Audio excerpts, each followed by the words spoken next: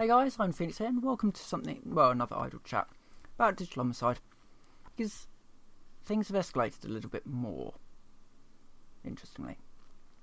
So, what's happened? Well, how can I put this? Digital Homicide are suing Jim Sterling, as we know, for about 15 million now. They're also suing 100 Steam users to the total of $18 million. And now they are planning on suing Valve for an undisclosed amount. Yeah. So I went onto the website because I wanted to see if they had any more about the digital homicide case against Jim Sterling. And up pops this page of seeking legal representation. Rather interesting. It gets more interesting. So what I'm going to do is there's 3 essential segments to this. So I'll read each one. I'll read one, comment on it, read the next, comment on it, etc., etc. So let's begin, shall we? This digital homicide tale of woe. So let's begin. First, I'd like to briefly respond to Doug Lombardi's official statement about digital homicide and its owners. I'd like to give some context to his official statement. Valve has stopped doing business with digital homicide for being hostile to Steam customers. What has actually transpired was a lack of resolution from Steam in regards to moderation of their platform, which might sound like a tough job to do. But coming from a company that brags its profitability per employee is higher than Google, it just shows a reckless disregard for the well-being of their community for profits. We submitted numerous reports and sent multiple emails in regards to individual making personal attacks, harassment and more on not only us but on other Steam customers who were actually interested in our products. The lawsuit that was submitted in regards to a handful of Steam users has been labelled by the media and now by Doug Lombardi's statement as being hostile to Steam users. In general, which is incorrect. The lawsuit recently filed is solely in regards to individuals where no resolution was able to be obtained from Steam to provide a safe environment for us to conduct business. By removing us for defending ourselves against harassment, Steam is openly stating you cannot defend yourself from examples like these. Now, this statement, this paragraph, is complete and utter rubbish. Steam gives full controls over forums to most developers. I know that there have been some, and Digital Homicide may actually be among them, who were unable to moderate their own forums based on behaviour in the past. So I think it was the War Z people had their ability to moderate their own forums revoked because they were basically using moderating tools to silence critics. So Digital Homicide may in fact be one of those companies who is unable to moderate themselves because of their actions in the past. I don't know. But even so, Steam or Valve gives full controls in Steam to actually moderate posts, to close threads, to delete threads, and to remove individual posts. We've seen all that done on Steam. So this whole idea of, we were completely unable to protect ourselves is complete and utter baloney. The follow-up to that is, these are just words on a page. Yeah, they might be a lot of words on a page, but all of this anger stems from somewhere. And the main thing that it stems from is a complete lack of regard for quality, ultimately. And I'll be going into that in a little bit. But we'll go into their evidence. Their evidence is quite interestingly. It's quite interesting because it's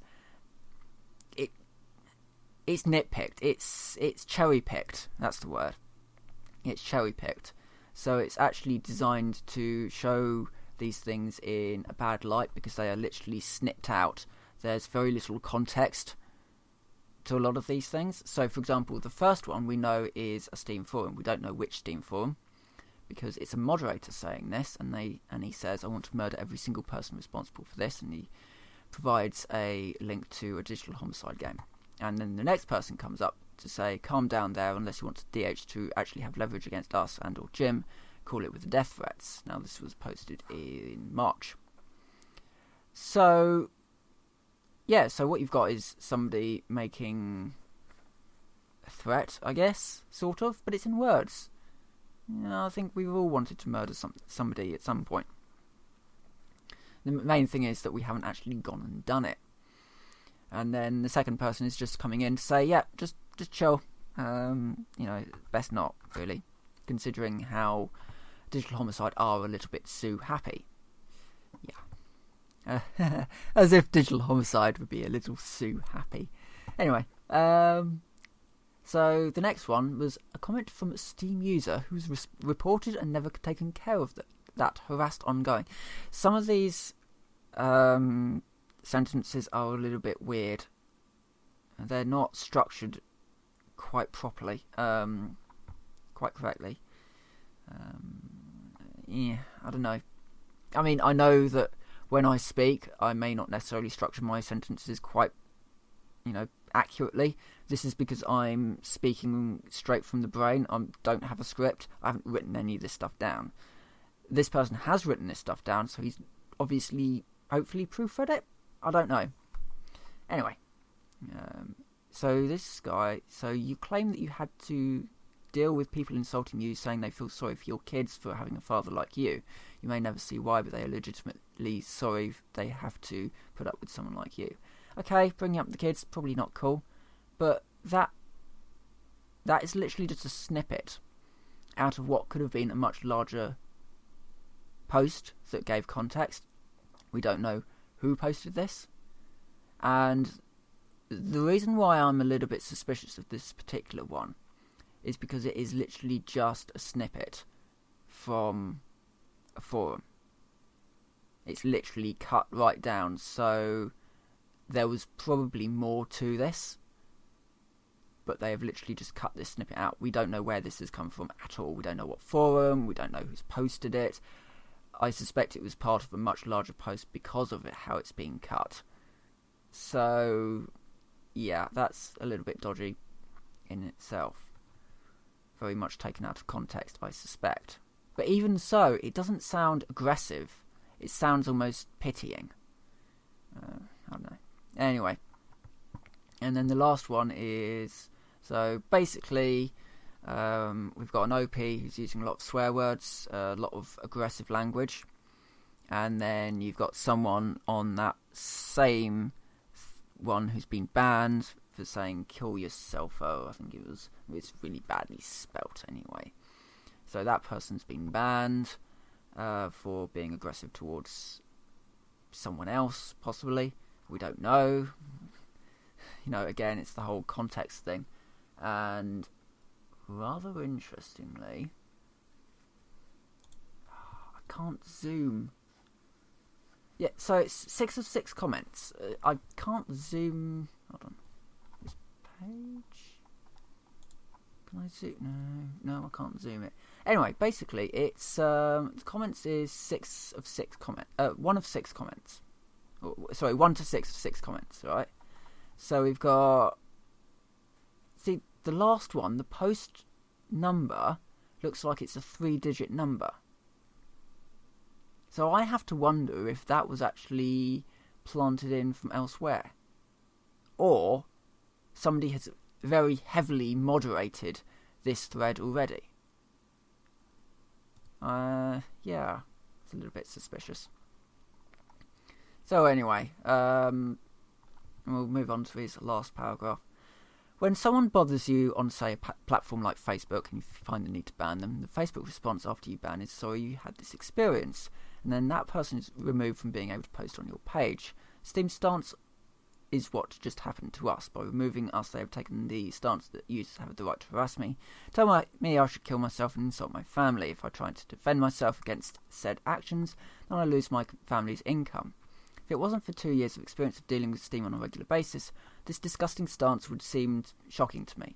The only thing that prevented me seeking legal counsel for a long list of breach of contracts, interference with business and antitrust issues was the fear of losing my family's income. Since that's been taken away from me, I am seeking legal representation. The case will benefit from a long list of organised documentation of events that have happened over the past 2 years, including dates, screenshots, emails, and more on over 100 infractions in need of litigation.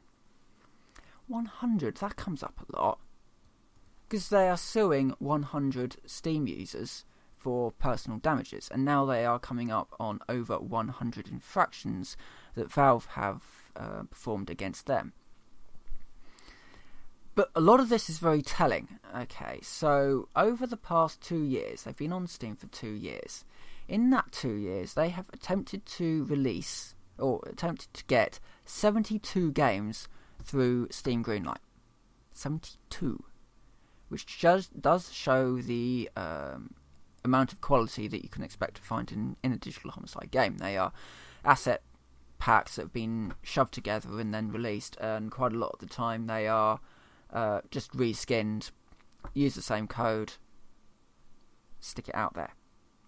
In fact, the Derp, was it Derp, Wyatt Derp and Wyatt Derp 2 went on to Greenlight at exactly the same time. It's not really a very good sequel if it's coming out at the same time as the first one. So, yeah, with what appeared to be exactly the same game mechanics as well. Just a slight reskin.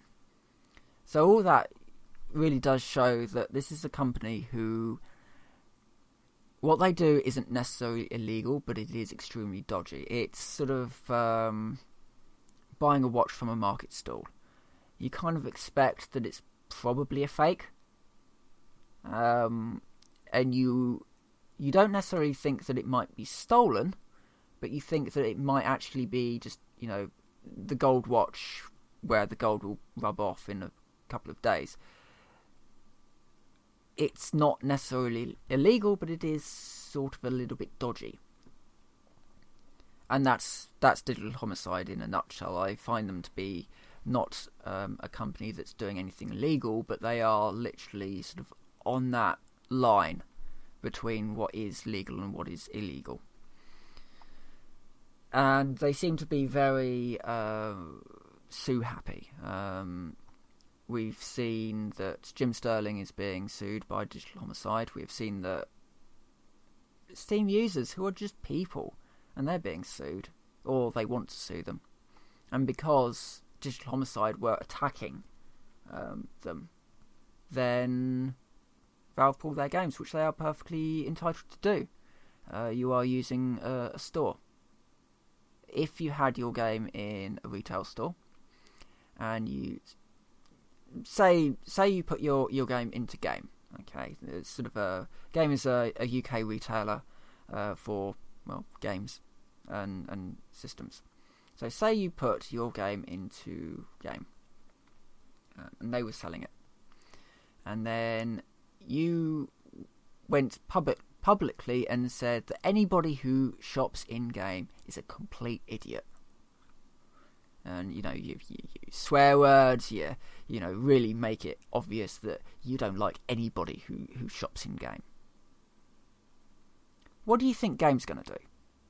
Well, they're going to kick your game out, aren't they? They don't have to sell that. They don't necessarily want you linked to their brand. So ultimately, Steam, you know, the guys who run Steam, they had to do something. Their customers were being attacked by a trigger-happy developer. And the best thing to do in that situation, cut your losses. I mean, they're not really making Valve a lot of money, so get rid of them. And if they want to continue with their court case, then fine, but that is what you're going to have to deal with. You are attacking customers, and you have very little evidence, very little proof of doing so. You have all the tools to moderate these forums, if you are even allowed them, because you might have abused them in the past and they might have been taken away from you. But something that I really think should be taken from this is how to respond in these sorts of circumstances. So, say you release a game and Jim Sterling picks it up and he plays through it and he gives a harsh, honest criticism of your game. What's the best thing to do at that point? So you have 3 options, and I quite like the third option, but we'll get there. So the first option is to do what Digital Homicide did: slam the reviewer, make a video, doing abuse, calling him an idiot, all sorts of things, and then be surprised at all the hate that comes your way. The second one is to just ignore it, continue on, because ultimately Jim Sterling, he basically expects the first two. The third one, a little bit different. You take his criticism on board. You use it to create a better game. You use it as a bug report. You use it as a way of just stepping back and saying, actually, yeah, that system doesn't make any sense. So let's go back to the drawing board, tighten it up so it does make sense, and then add it as a patch to the game, and as a result, making the game better. That's the sort of thing that they should have been doing, but they weren't. Because that's the sort of thing that basically means that reviewers like Jim Sterling, who give harsh, honest criticism, that's the sort of thing that makes them trip up, because they don't expect it. They expect either silence or they expect abuse. They don't expect people to actually say, you know what we're going to do is we're going to do a stream, and we're going to have Jim Sterling's problems with the game, and we're going to go through on the stream, and we're going to fix these issues, so you can actually see this game improve. And that's the sort of thing that they should have done, because actually they would have been in the spotlight for much better reasons, as people who were able to say, yeah, these are issues that need to be fixed, so we're going to fix them. So, for example, not being able to shoot through railings because the collision mesh is just using a bog standard one. Reasonably easy to fix. You can just build a collision mesh around your railings, so the bars have collision, but the spaces don't. And you can keep that reasonably cheap as well by just using cube collisions. It doesn't have to be anything fancy, so you do still have the collision there, but you can also shoot through those railings. Something very, very simple to do. But they weren't doing it. What they wanted to do was basically move on to the next project, and when I say project, the next idea, and just shove it out there, and shove out the next one, shove out the next one. It's a conveyor belt of games, and nothing that they produce is particularly good quality. It's just reskin, pump it out, reskin, pump it out. So, yeah, that's basically what happened, and that's what's happening at the moment. Now, I'm sure the news stories will probably pick this up tomorrow, and so I'm getting in there a bit early. Hopefully, from what I can work out, they haven't outright said we are suing Valve, but they are seeking legal representation for a case that looks like that it is actually against Valve, or the Steam section of Valve. So that could be quite an interesting piece of street theatre. So with that, I will say thank you very much for watching, and I will see you next time.